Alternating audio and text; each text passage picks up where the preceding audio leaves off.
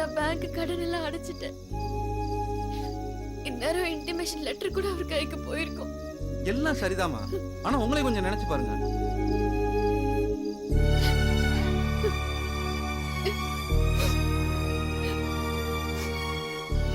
Doctor, அணைய போற தீபம் பிரகாசமா எரியற மாதிரி நானும் போகணும்னு முடிவாயிடுச்சு. அது போகிற வரைக்கும் யாருடைய மனசையும் புண்படுத்தாம புன்னகையா சிரிச்சுக்கிட்டே போயிடுறேன் டாக்டர். என்ன ஜெனிஃபர் நீங்க முட்டாள்தனமா பேசுறீங்க? இந்த ஆபரேஷன் மட்டும் முடிஞ்சா 1 வருஷம் இல்ல 100 வருஷம் உயிரோட நீங்க சந்தோஷமா வாழ போறீங்க. உடனே உங்க மாமா கிட்ட இதை நீங்க சொல்றீங்களா இல்ல நானே போய் சொல்லட்டுமா? இல்ல டாக்டர், வேணாம். என்ன ஜெனிஃபர் விளையாடுறீங்க? மறைக்கிற விஷயமா அது நீங்க சொல்றீங்களா இல்ல நான்? வேணாம் டாக்டர். அம்மா, போய் நான் என்னென்னமோ நினைச்சிட்டோமா, என்ன மன்னிச்சிருமா, மன்னிச்சிரு. நீங்க அப்படிலாம் சொல்லக்கூடாது. உங்களை கஷ்டப்படுத்த கூடாதுங்கிறதுக்காக தான் நான் உங்ககிட்ட இருந்து மறைச்சேன்.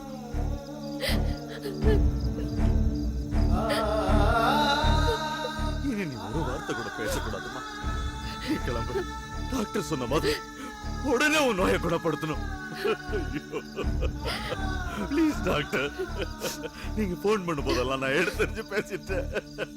என்ன மன்னிச்சிருங்க டாக்டர், என்ன மன்னிச்சிருங்க. என் பொண்ணை காப்பாத்துங்க டாக்டர். எத்தனை கோடி செலவானாலும் பரவாயில்ல டாக்டர், என் பொண்ணை காப்பாத்துங்க டாக்டர், காப்பாத்துங்க ப்ளீஸ் டாக்டர். கிளம்புங்க. ஆமா.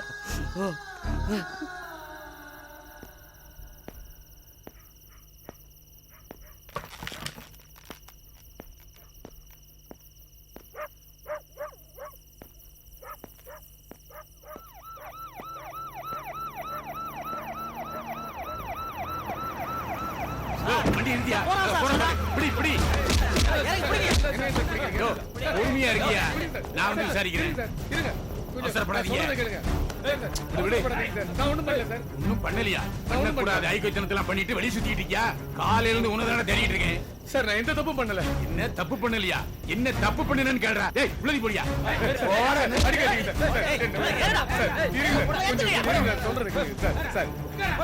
காலையில இருந்து நாயா சுத்திட்டு இருக்கேன். கிட்ட வந்து டைரக்ட் பேசுறான். எடியா வண்டிய அங்க வந்து வச்சுக்கிறேன் நாய். சதா சதா சதா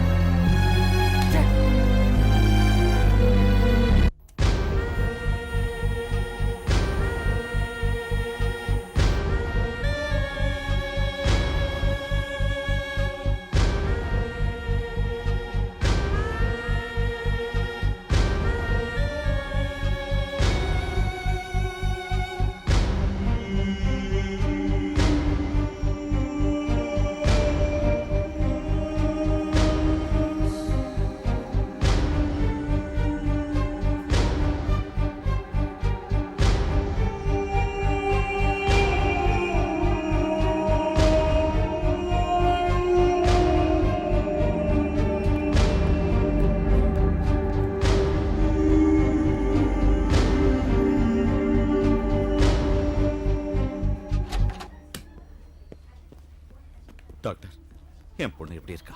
இப்ப எதுவும் சொல்ல முடியாது. 48 மணி நேரம் கழிச்சு தான் சொல்ல முடியும்.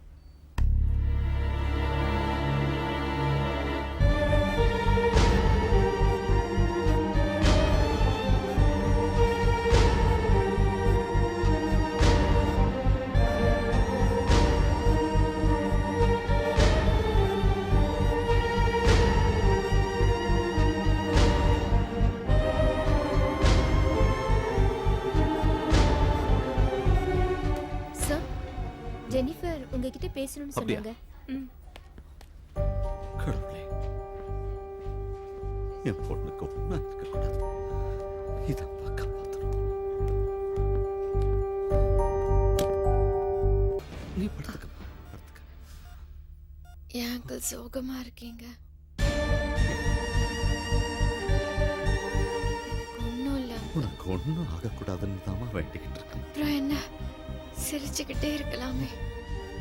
ஊர்ல இருந்து வந்த அன்னைக்கு கேட்டீங்கல்ல எனக்கு ஏதோ வாங்கிட்டு வரலையான்னு, நான் உங்களுக்கு ஒண்ணு வாங்கி வச்சிருக்கேன். தெரியுமா? அது என்னம்மா? என்னோட உயிர் என் பேர்ல இருக்கிற அத்தனை சொத்தும் இனிமே உங்களுக்கு தான் சொந்தம். பாவம் மாமா, நீங்க மனசுக்குள்ள இவ்வளோ பிரச்சனையை வச்சுக்கிட்டு வெளியே சொல்லாம தப்பிச்சுக்கிட்டு இருந்ததை பார்த்தப்போ எனக்கு இதை விட வேற எதுவும் கொடுக்கணும்னு தோணல. வக்கீல் ஒரு நாள் ஃபோன் பண்ணி பிரச்சனையை சொன்னாரு.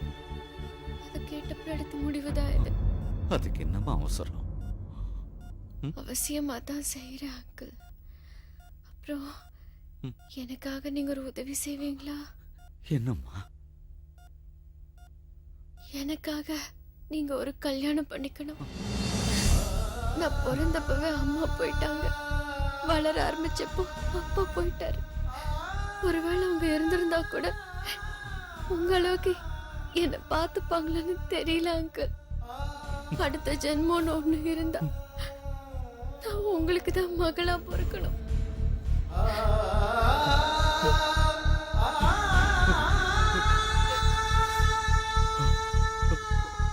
சதான ஒருத்தரை என் கூட ஊட்டி காமிச்சு வச்சிங்களே, அவரை நான் பார்க்கணும் அங்கிள். பக்கத்துல தாமா போயிருக்கான். நான் உடனே கூட்டிட்டு வரேம்மா. இந்த நேரத்துல நான் அவரை பத்தி ஏன் கேக்குறேன்னு பாக்குறீங்களா? அவர் எனக்கு ரொம்ப பிடிக்கும் அங்கிள். அவர் எப்படி என்கிட்ட பழகுனாரு தெரியுமா? அவர் மனசு குழந்தை மாதிரி.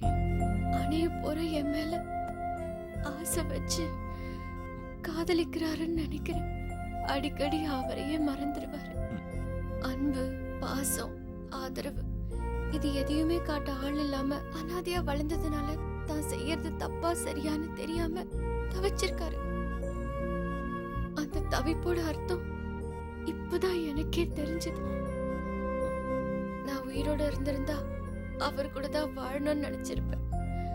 தனியா வாழறவன் கூட போகும்போது தனியா போறதில்ல, கூட 4 பேர் வருவாங்க.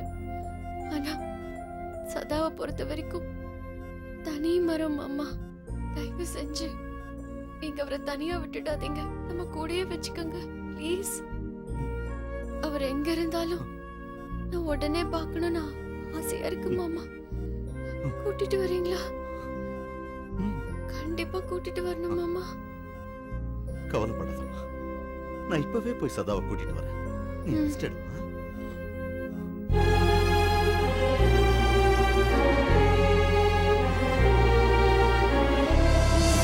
சார், சதாவை ஜாமீன் எடுக்கிற விஷயமா பார்க்க வந்திருக்கேன். அவரை வெள்ளிக்கிழமை அன்னைக்கு அரெஸ்ட் பண்ணியிருக்காங்க. சனி ஞாயிறு 2 நாள் கோர்ட் லீவு.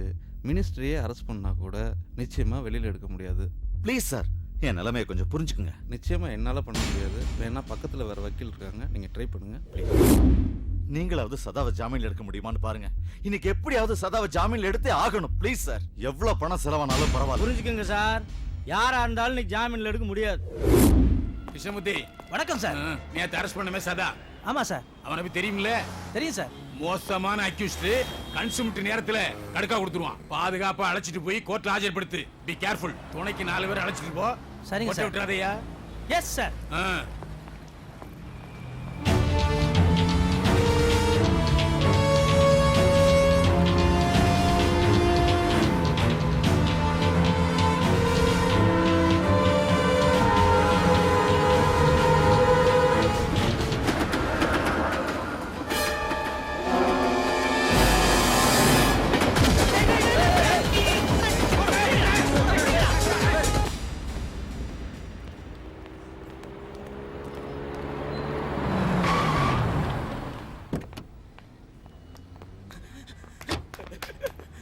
முதலாளி, என்னடா வாசு, என்னாச்சு? ஜெனிஃபருக்கு என்னாச்சு? ஜெனிஃபர் நம்மளை விட்டு போயிட்டாங்க முதலாளி.